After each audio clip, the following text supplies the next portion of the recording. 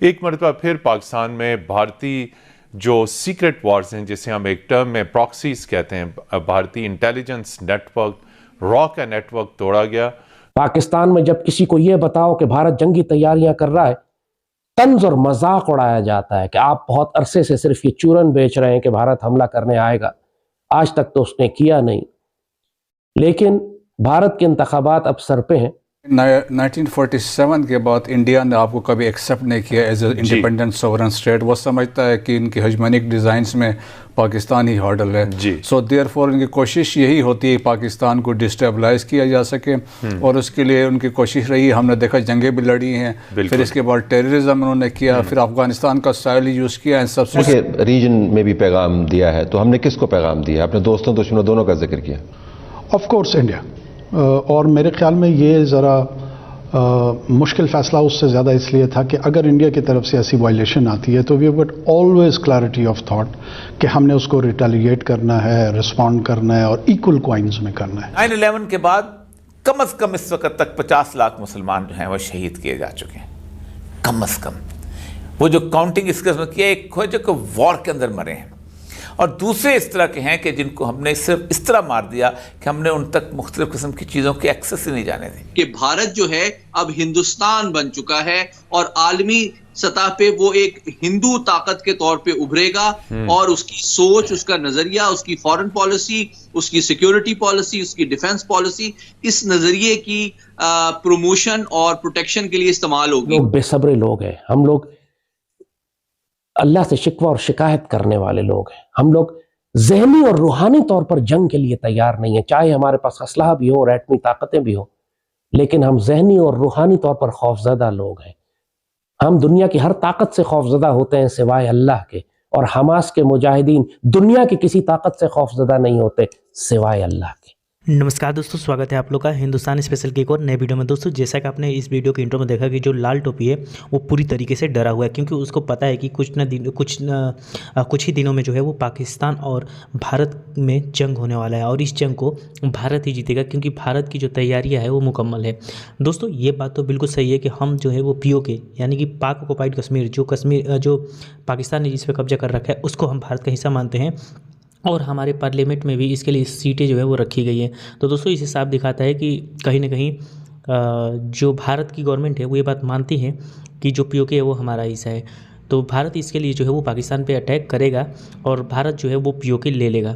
ये बात तो बिल्कुल सही है, और यही बात जो है वो लाल टोपी भी जाहिर कर रहा है। और दूसरी तरफ पाकिस्तानी मीडिया जो है वो बाबरी मस्जिद के ऊपर भी बात कर रही है, और भारत में पाकिस्तान में रॉ के एजेंट जो गए हैं, जो कि पाकिस्तान ने एलिगेशन लगाया है, उसके ऊपर भी बात कर रही है। दोस्तों, बाबरी मस्जिद की बात कीजिए तो हमारे कोर्ट ने फैसला दिया और कहा कि यहाँ पहले मंदिर था जिसको कि तोड़ के बाबरी मस्जिद बनाया गया, लेकिन पाकिस्तान में ये नैरेटिव सेट करने की कोशिश की जा रही है और भारतीय मुसलमानों को उकसाने की कोशिश की जा रही है कि ये जो है वो जो भारत में सोमनाथ की जो मंदिर है टूटी थी, उसका बदला जो है वो भारत ने लिया है। तो कहीं ना कहीं पाकिस्तान में ये नैरेटिव बनाने की कोशिश कर रही है। तो दोस्तों, कहीं ना कहीं पाकिस्तानी मीडिया जो है वो इस बात से डरा हुआ है कि आने वाले दिनों में, क्योंकि इलेक्शन है, तो मोदी गवर्नमेंट जो है वो POK पे हमला कर सकती है और POK जो है वो वापस ले सकती है।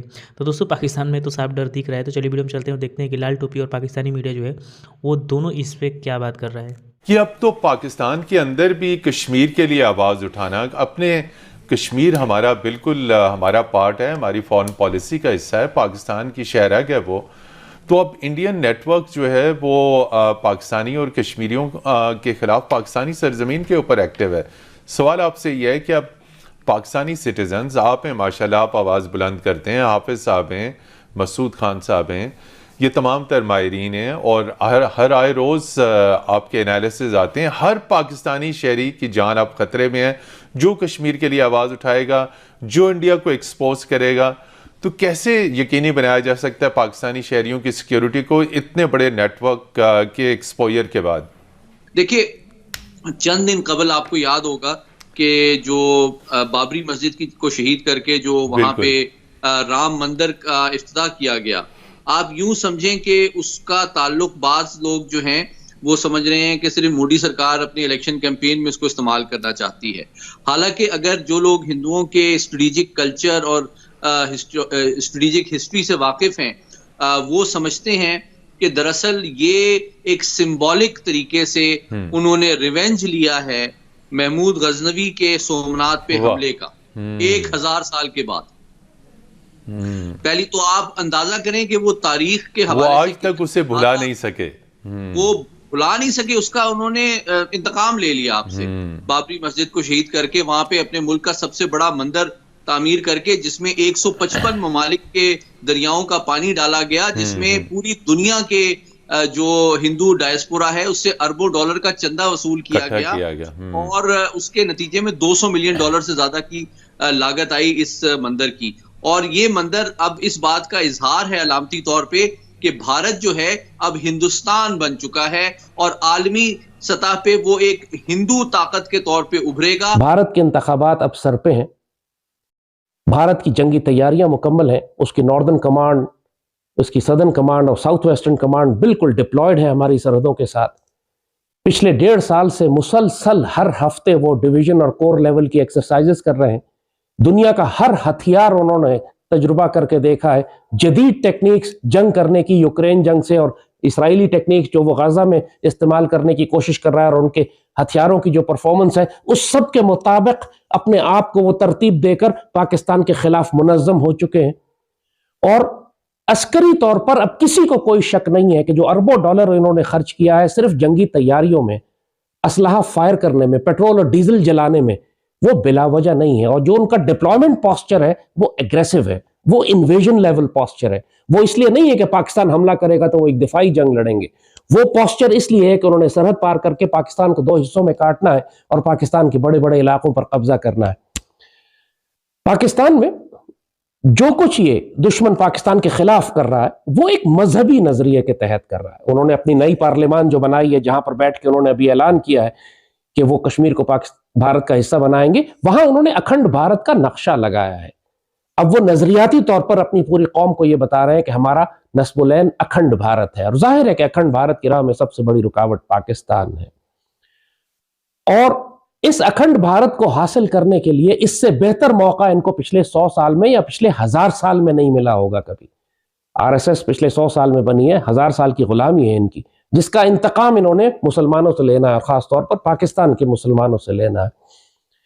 पाकिस्तान में जब लोगों को यह बताओ, जैसे कहा कि भारत हमला करने वाला है, तो वो तंज और मजाक में इस बात को उड़ाने की कोशिश करते हैं।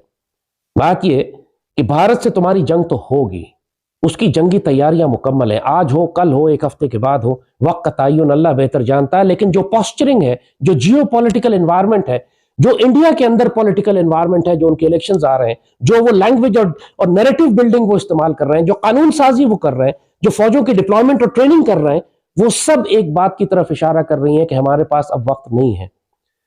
इस जंग को आप जंग का नाम दें या ये कहें कि भारत के साथ हमारा कोई तसादुम होगा, जो मर्जी नाम आप इसको देते रहें, लेकिन हमारी किताबों में सईदी रसूलुल्लाह की हदीस और बिशारतों में इसी जंग को ग़ज़वा हिंद कहा गया है। तो दोस्तों, जैसे आपने इस वीडियो में देखा कि जो पाकिस्तान की मीडिया है वो भारत से बहुत ज़्यादा डरी हुई है। लाल टोपी जो जैद हमीद, उसका ये कहना है कि हमें जो है वो हमारी तैयारियां पूरी होनी चाहिए। दोस्तों, पाकिस्तान जिस स्थिति से गुजर रहा है उसको देख के तो बिल्कुल भी नहीं लगता कि पाकिस्तान की तैयारियां पूरी हैं।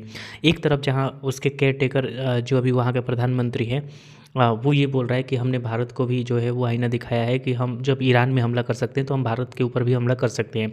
लेकिन उसको ये नहीं पता है कि उसको पता ही होगा, क्योंकि सिर्फ और सिर्फ अपने लोगों को दिखाने के लिए कि हम बहुत ताकतवर हैं, खुश करने के लिए इस प्रकार की बयानें दी जाती हैं। लेकिन उसको भी पता होगा कि भारत चीज़ क्या है और भारत के पास कैसे कैसे मिसाइलें हैं कि पाकिस्तान को पूरी तरीके से बर्बाद किया जा सकता है। और ये बात लाल टोपी जो है वो अपने लोगों को बता रहा है कि हमें जो है वो इस चीज़ को मजाक में नहीं लेना चाहिए कि भारत हम पे हमला कर सकता है। और जब भी मैं बोलता हूँ तो इसको मजाक नहीं उड़ाया जाता दोस्तों, क्योंकि पाकिस्तानियों में इस प्रकार मजाक इसलिए उड़ाया जाता है क्योंकि ये लाल टोपी जो है वो बहुत सालों से ये कहता आ रहा है कि भारत हम पे हमला करेगा, लेकिन भारत अभी तक हमला नहीं किया है। लेकिन ये बात तो सही है कि भारत ने साफ कह दिया कि हम पीओके लेके रहेंगे। अब पीओके कैसे लिए जाते हैं ये तो देखने वाली बात होगी, लेकिन पीओके जो है वो भारत के कुछ ही दिनों में हिस्सा, कुछ ही सालों में बनने वाला है, ये बात बिल्कुल सही है। और दोस्तों, आपको पता होगा कि नरेंद्र मोदी जी की गवर्नमेंट जो है उसने जो कुछ कहा है उसने करके दिखाया है। उसने आर्टिकल 370 हटाने की बात की है तो वो भी हटाया, राम मंदिर बनवाने की बात की है तो वो भी किया, और सबसे बड़े जो मुसलमानों में 3 तलाक था उसके ऊपर भी उन्होंने जो कहा था वो किया। तो कहीं ना कहीं इसीलिए पाकिस्तान में इसके ऊपर काफ़ी बातें हो रही है कि मोदी मोदी जो कहता है वो करता है, इसलिए हमें इस बात पे बिल्कुल ध्यान देना चाहिए कि ये जो पीओके वाली बात है ये जो भारत है वो हमसे ले सकता है। तो दोस्तों इस पर आपकी क्या राय कमेंट करके बताइएगा। अगर आपको वीडियो पसंद है तो वीडियो को लाइक और चैनल हिंदुस्तान स्पेशल को सब्सक्राइब कर लें।